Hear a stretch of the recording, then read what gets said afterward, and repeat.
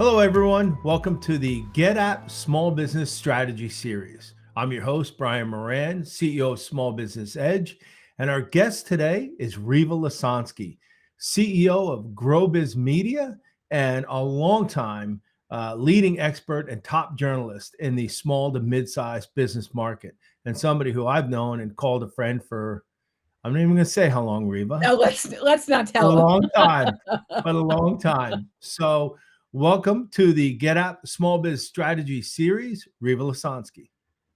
Thank you, Brian. It's really good to be here with you. I'm excited to talk about the things, the issues that are really on the minds of small business owners today. Yeah, and these are challenging times, no doubt. And so I applaud GetApp for putting together. These will be a series of 4 interviews that I do with leading experts like yourself, and we're going to cover financial, we'll cover technology, HR, and business planning and strategies. And so you are, in my opinion, the perfect person to be talking to about business planning and strategy. And you and I, like I said, we've known each other a long time, and we've been playing this game called the what if game. Yes. Right? Which Yeah. we love, and we play it with our clients, and we do it at conferences and all of that. And it really gets business owners to think about their business in ways that they don't want to, right? Where, we say it's the what if game basically works. Well, what if this happened? What would you do? And then you start to see all the color go out of their faces. Yeah. And they think, well, I don't really want to think about that, right? Right? They say, I don't really want to Exactly. think Like, about that no. right now. And they say, well, now, though, is the perfect time to think about that because you can still do something about it. Right? And there are so many variables in the market, you almost have to do that, right? Because it's not a straight path. I mean, not that entrepreneurship is ever a straight path, but I think today it's even more of a one of those weird roller coasters they have that I would never get on. That where sometimes you're hanging upside down like that, so you don't know. So you almost have to play the what if game. Yeah. Well, and Reeve, I have some bad news though for you. You're actually on that roller coaster. That's true. The day you decided to launch your own business is the Right. day that you got on the roller coaster. But don't worry, I'm right next to you. All right, so let's start. I wrote down about a half a dozen questions, and the focus is going to be on 2022 and beyond, right? So we want to ask the questions that are going to be most pressing right now, and I start with labor, right? Because a lot of the business owners that you and I talk to, labor shortage and the labor issues always come up, and they're always asking us, well, when's it going to end? So here's my first what if question for you. What if the labor shortage and great resignation continues throughout 2022? How will you, Rieva, Ms. Business Owner, right, replace the workers that you lost? And how will you hire new ones? Now, I'm going to change this slightly because I want to put a spin on it, a positive spin. And is the labor shortage an opportunity for business owners like you and me? Is that an opportunity for us to provide unique benefits to employees that may, like, let's say, like working remotely, that actually may serve as a competitive advantage? So there's a lot of answers to those questions. The first thing you have to do is assess, right? Mm-hmm. Take stock of who's working for you, what they're doing, what their tasks are, what their jobs are, and who's doing a great job. Identify your best employees, the ones that your business would be really impacted if they leave, and try to figure out what are their needs, right? Not all employees have the same needs.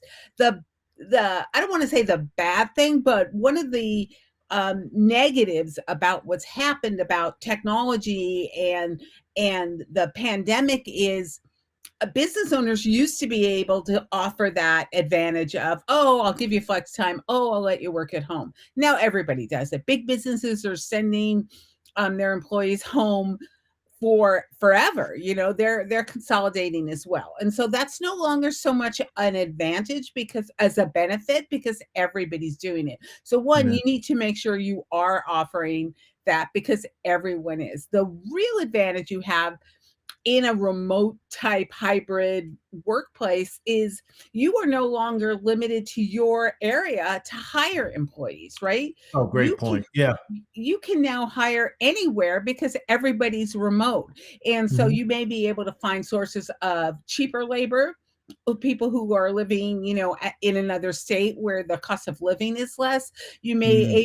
You may be able to outsource jobs where you're not responsible for paying, for all those taxes that you pay for employees or for benefits because you find that I don't need somebody to do that 24/7, right? It's Mhm. a Yeah. job, it takes this much time. Maybe you can outsource it to a freelancer or something. So it's a good time to understand what your needs are and project forward, right? Like it's not your needs today, it's your needs for the next 12 to 18 months, Right. and see who you really don't want to lose, and then talk to those people about, I want to make sure you stay. What can I do to incentivize you to do that?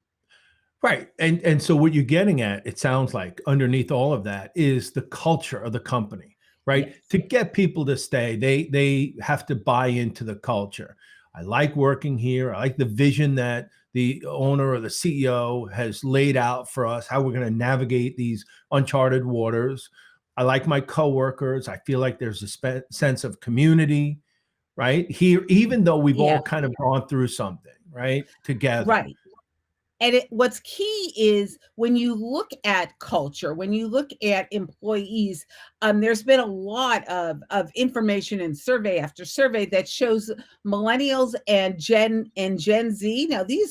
these are the biggest part of the labor force and are going to be for the next several years. I mean, Right. Gen Z are still teenagers, so they're going to Right. be your future employees. They want to do businesses, they want to work for a business that reflects their values, that Mhm. sort of walks the walk and talks the talk.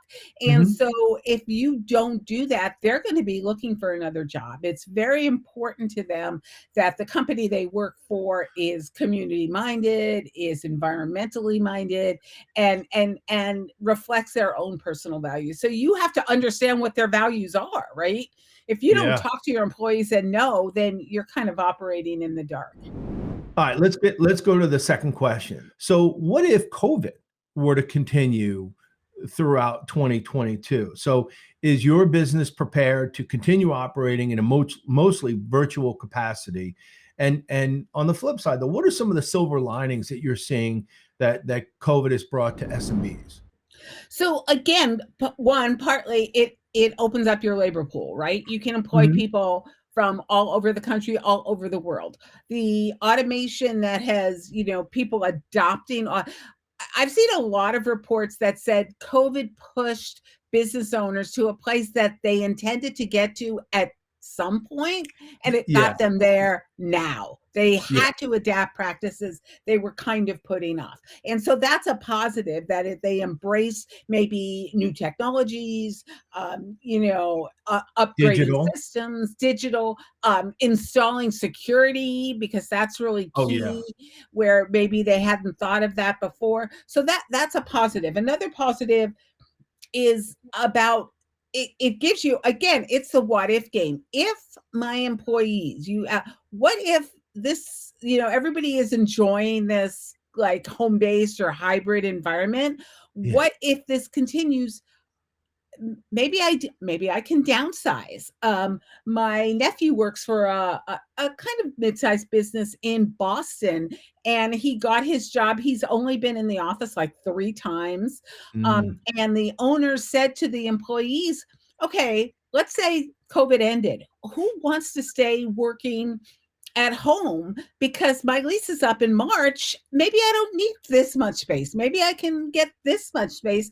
And they're going to save money and you can save money on overhead. So again, if you're in touch with your employees and you're comfortable, I mean, obviously a retail store can't do that. But if you are, if you are operating at home comfortably, you might be able to save a lot of money on overhead by going to some kind of permanent Yeah. remote or hybrid situation. that, they've done surveys that show that people who are not commuting are taking that extra time and kind of splitting it between investing in themselves. I can take a little more time to do this, Right. and they get to work earlier, right? Or they're working later. They're doing it because they don't have that interrupted time. So that really helps. It saves employers money. It saves employees money. Commuting costs and that kind of thing. But it also, as a business owner, if you are in like a restaurant business, you have to do an assessment here now about, do I expect the flow of customers to increase once, when COVID has been in waves. Right. Is it going to increase? There's a huge increase in the number of what they call ghost kitchens, Yes. where, Yeah. right? So if you are a ghost kitchen and you're not seating people, you don't need to locate in an expensive part of town. You can save money on rent by putting your kitchen out in a cheaper part of town, because basically all you're doing is delivering, you're serving as Food. a delivery or a pickup option.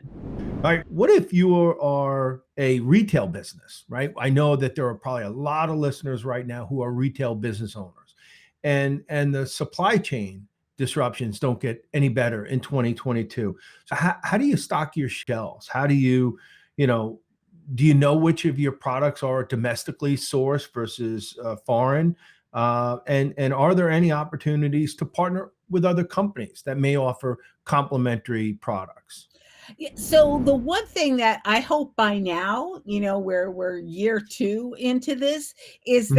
that retailers, e-tailers have diversified their supply chain. That is Hmm. one thing that this COVID experience has taught people who in the past were sitting there with maybe one or two sources of suppliers, and all of a sudden they found, I can't get product. Yeah. What am I going to do? Or I can get product, I can find the manufacturer, but I can't get it here, right? And Hmm. so your supply chain should consist of at least 4 or 5 or more companies that are located all around the world. And you should always have at least one domestic source of products. Or, I mean, they use it. I used to say when it started, or Canada or Mexico, because you can drive a truck there, but sometimes they have closed those borders because of COVID. And so Right. you should make sure that you have at least one supplier that a truck can get to them and deliver to you, as well as your foreign suppliers, who should not all be in one country, right? They should be Yeah. diverse. They should be located in different parts throughout the world. That's really, really key. Mhm. The other thing is you have to, it's using the right software to figure out, to do inventory management, to do inventory planning, to see what has sold, so you can better estimate, so you're not stuck with stuff. And what you talked about with sharing with other people is, if you have, can you offer space to another company? Let's say, you have, can you offer stuff to somebody else to come in and use your space? But the one thing I want to point out for retailers, which a lot of companies haven't thought about in the actual retail space, particularly with clothing, but also in other categories, secondhand is, Oh, resale retail is just yeah. taking off like crazy. And Yeah. it started with younger people who are like, why should I buy for a new t-shirt when I can buy a used one, and it's, one, cooler, and two, it's less money and has less of an environmental impact. They're very much driven by that. So a lot of retailers have taken some space and Mhm. created, uh, almost like a resale part of their store, where they're buying used clothing, making sure it's Mhm. clean, and reselling that.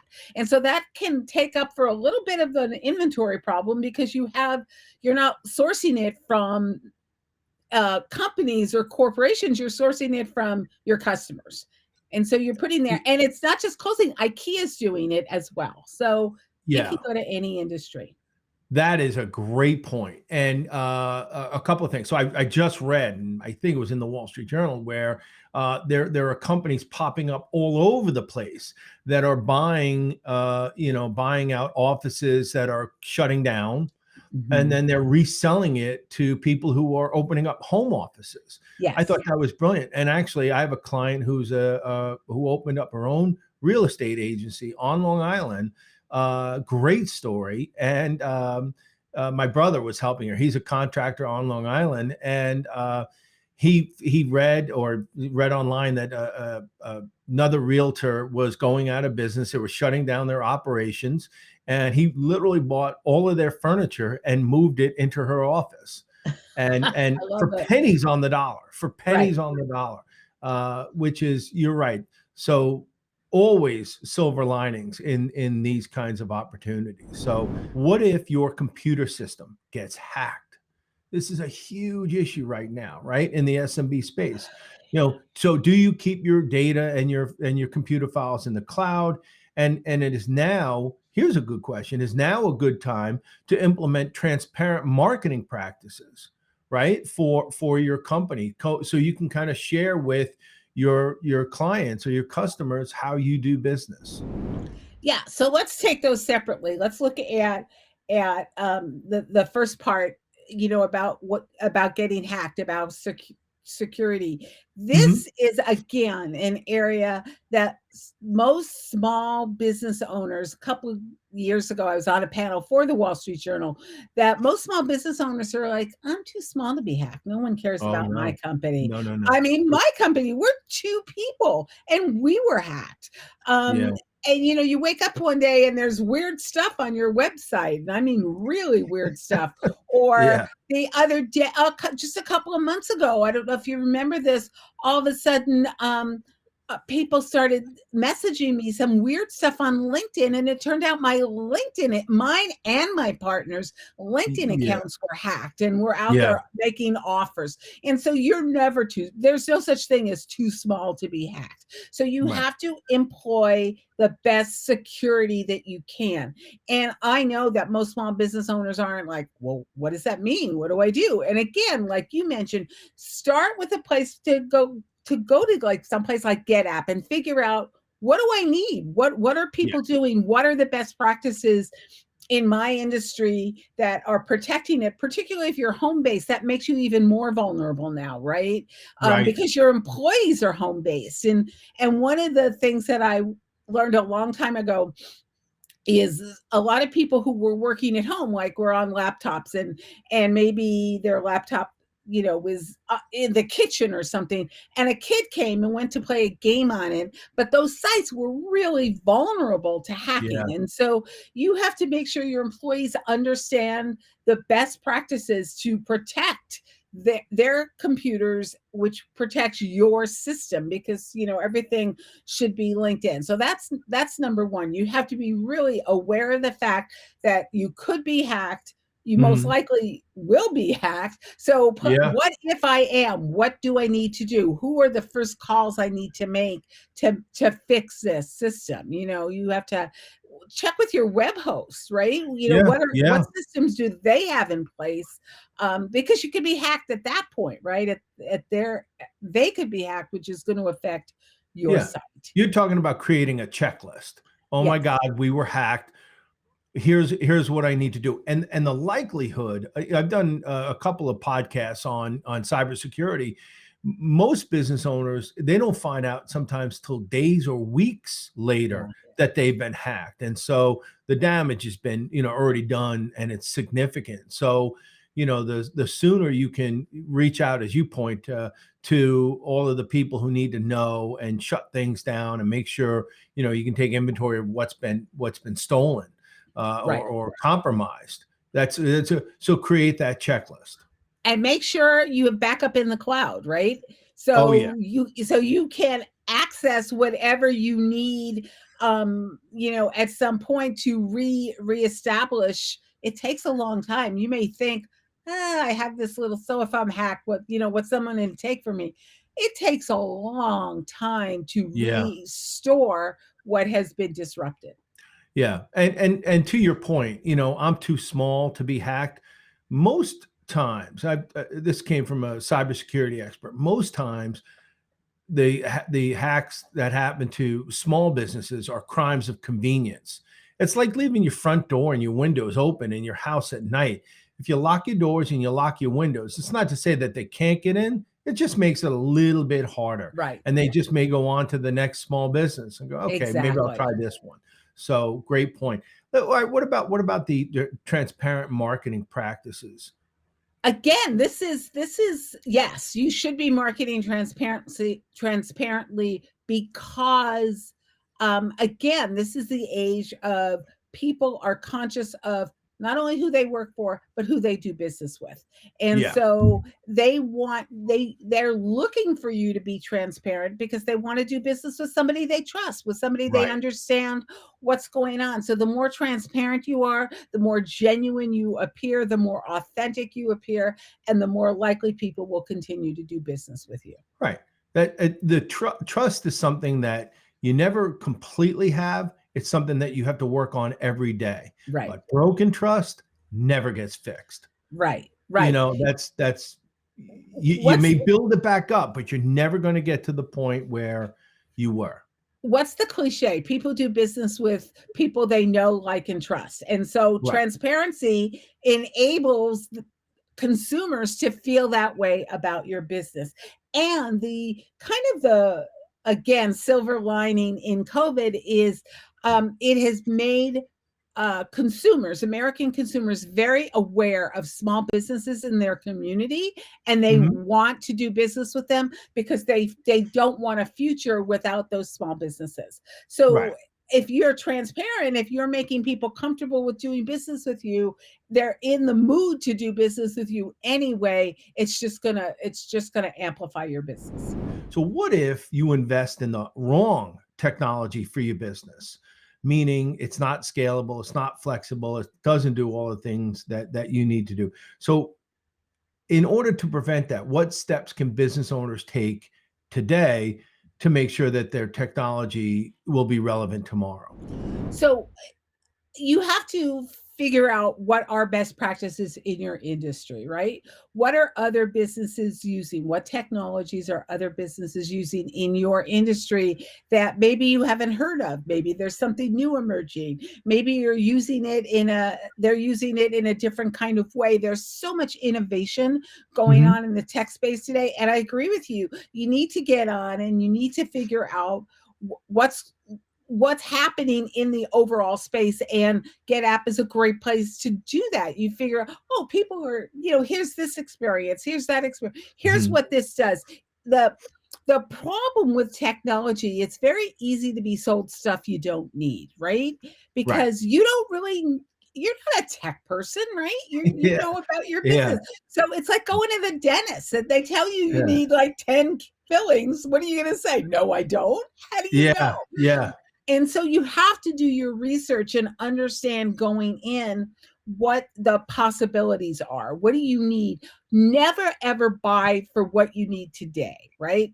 Great Everything point. should be scalable. So Right. think about down the road about how you can scale this. Think about the current situation. You need stuff that if or do you have remote employees? How will this work remotely? How will this Right. work Right. across borders? What's the best equipment, the best software to make that process seamless? Even if you're a retailer, what software is there? A big thing right now, it's called click and collect, which Mhm. includes Oh, yeah. BOPUS, buy online, pick up in store. Well, you need Mhm. software to make that happen. You need software so when someone goes on your website, they see you don't want somebody saying, oh, I'm going to buy that, click and collect, go to the store, and it's not there. So they need to see in real time what's available in what Right. sizes and what colors and whatever. So you need to be able, technology is what's sort of behind every single business today, no matter what it is.